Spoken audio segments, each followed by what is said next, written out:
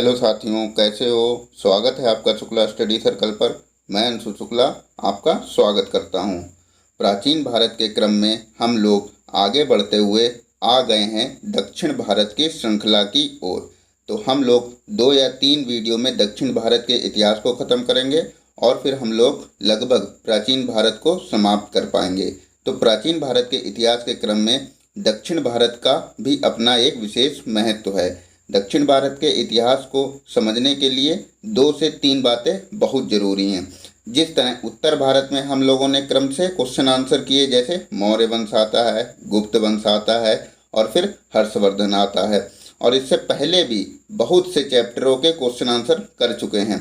और तो उसी प्रकार से दक्षिण भारत में भी छोटे छोटे राजवंशों का उदय होता है, लेकिन अगर इन राजवंशों को कुछ खंडों में विभाजित करें तो दक्षिण भारत के इतिहास को 2 खंडों में विभाजित करते हैं।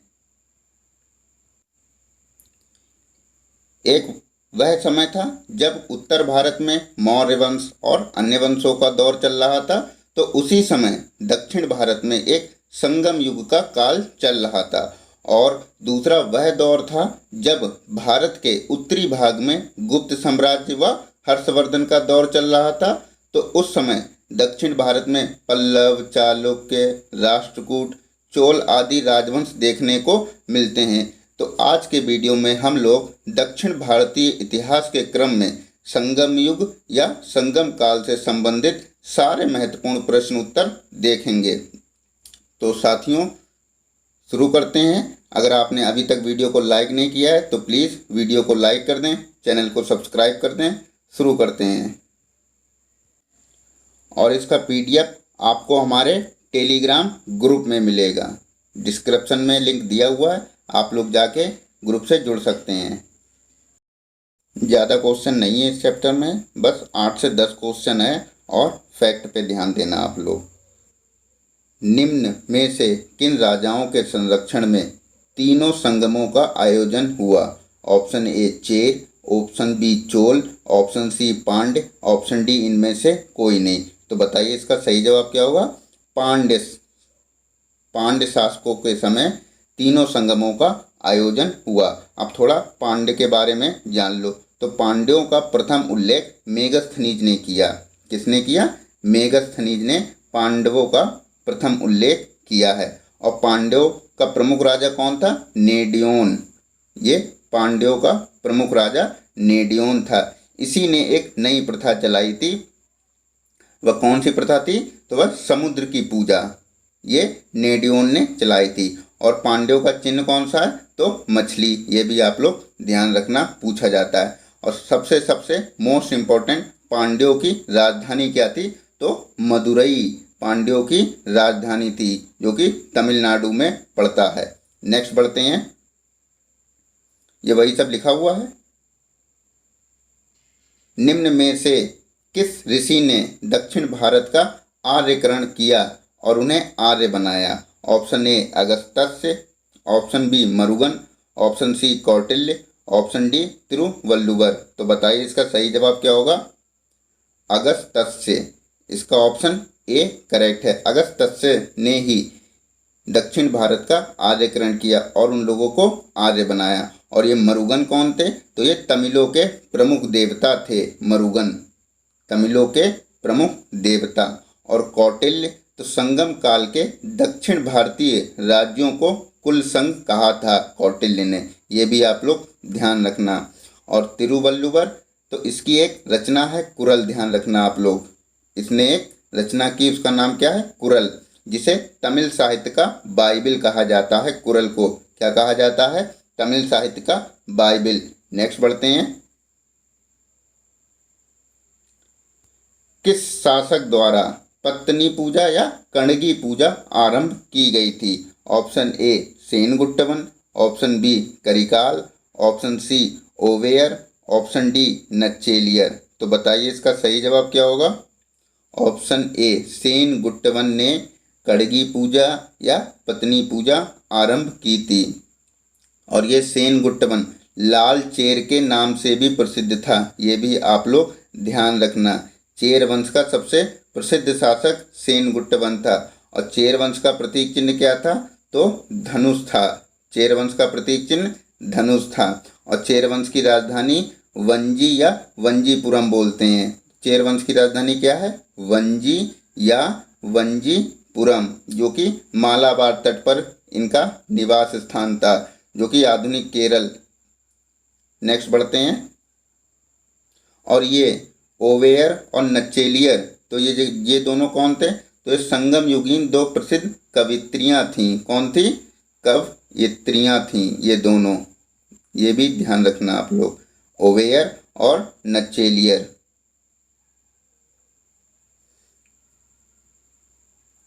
अब सुमेल करना है।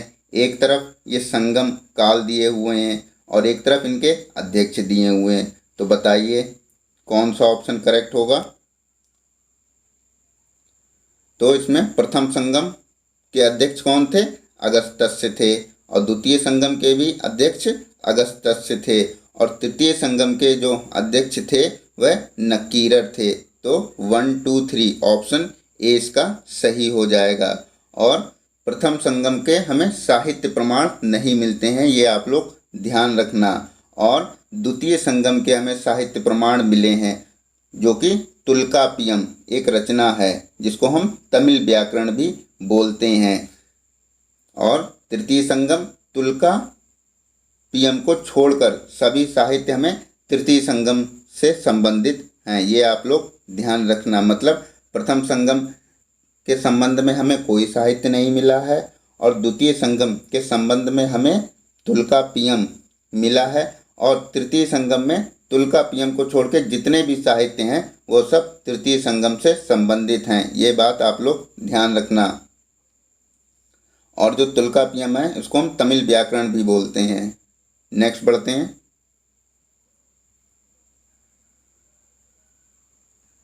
तमिल भाषा के शिल्पाधिकारम और मणिमेखलई नामक ग्रंथ किस से संबंधित हैं? मतलब शिल्पाधिकारम और मणिमेखलई ये किस भाषा के हैं?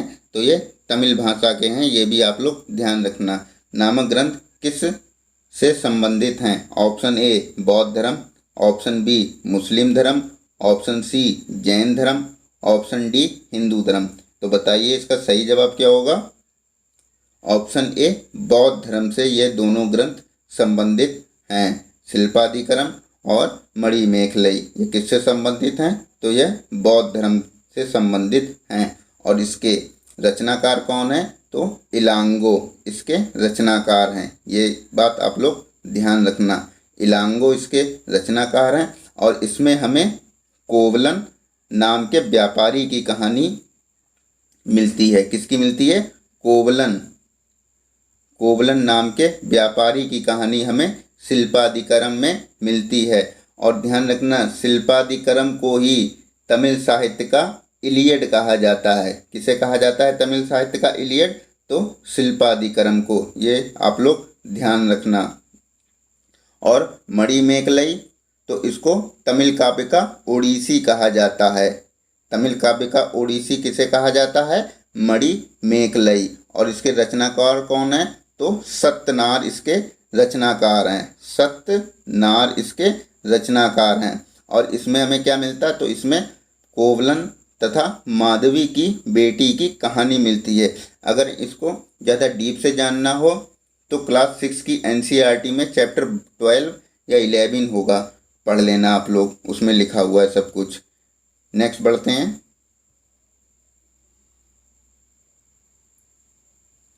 संगम युग में उरैयूर किस लिए विख्यात था? ऑप्शन ए कपास के व्यापार का महत्वपूर्ण केंद्र था, ऑप्शन बी एक प्रकार का मलमल, ऑप्शन सी विदेशी व्यापार का महत्वपूर्ण केंद्र, ऑप्शन डी आंतरिक व्यापार का महत्वपूर्ण केंद्र। तो बताइए इसका सही जवाब क्या होगा? तो ऑप्शन ए इसका सही जवाब हो जाएगा। कपास के व्यापार का महत्वपूर्ण केंद्र था उरैयूर। और ये एक प्रकार का मलमल तो अराग क्या था? अराग रिटिक, ये ध्यान रखना। अराग रिटिक, अराग रिटिक यह एक प्रकार का मलमल था। नेक्स्ट बढ़ते हैं। साथियों प्लीज़ वीडियो को लाइक कर दें और अगर आप लोग चैनल पर नए हैं तो प्लीज़ चैनल को सब्सक्राइब कर दीजिए। निम्न शासकों में से किसने वेड़ी का युद्ध जीता? Option A Karikal, option B तुरुदेव, ऑप्शन सी आदिग इनाम, ऑप्शन डी इनमें से कोई नहीं। तो बताइए इसका सही जवाब क्या होगा, मतलब किसने वेड़ी का युद्ध जीता? तो करिकाल ने वेड़ी का युद्ध जीता। और ये करिकाल कौन था? तो चोल वंश का सबसे प्रसिद्ध शासक था करिकाल। किस वंश का था? चोल वंश। चोल वंश, चोल संगम वंश, ऐसे ध्यान रखना, चोल संगम वंश। और चोल संगम वंश की राजधानी क्या थी? तो पुहार या कावेरीपट्टनम, यह चोल संगम वंश की राजधानी थी। और चोल संगम वंश का चिन्ह क्या था? तो बाघ था। ये तीनों संगमों के आप लोग चिन्ह ध्यान रखना, ठीक है। और ये तिरुक्कुदेव ये कौन था? तो इसने जीवक चिंता नाम ग्रंथ की रचना की। कितने? तिरुक्कुदेव ने। और आदिग इनाम, क्या? आदिग इनाम, यह एक चेर शासक था आदिग इनाम, जिसे दक्षिण में गन्ने की खेती प्रारंभ करने का श्रेय इसी को दिया जाता है। किसे दिया जाता है? आदिग इनाम को दक्षिण भारत में गन्ने की खेती करने का श्रेय दिया जाता है। नेक्स्ट बढ़ते हैं। ये वही सब लिखा हुआ है। धार्मिक कविताओं का संकलन कुरल किस भाषा में है? Option A Greek, option B Tamil, option C Telugu, option D Pali. तो बताइए इसका सही जवाब क्या होगा? Option B Tamil. तो धार्मिक कविताओं का संकलन कुरल यह किस भाषा में है? तो यह तमिल भाषा में है। और यह इसकी रचना किसने की? तो तिरुवल्लुवर ने इसकी रचना की। किसने की? तिरुवल्लुवर ने इसकी रचना की। और इसी को, कुरल को, हम लोग तमिल साहित्य का बाइबिल भी कहते हैं। यह आप लोग ध्यान रखना। तो साथियों आज के लिए बस इतना। कल फिर मिलते हैं। अगर वीडियो अच्छी लगी है तो प्लीज़ वीडियो को लाइक कर दें, चैनल को सब्सक्राइब कर दें। धन्यवाद।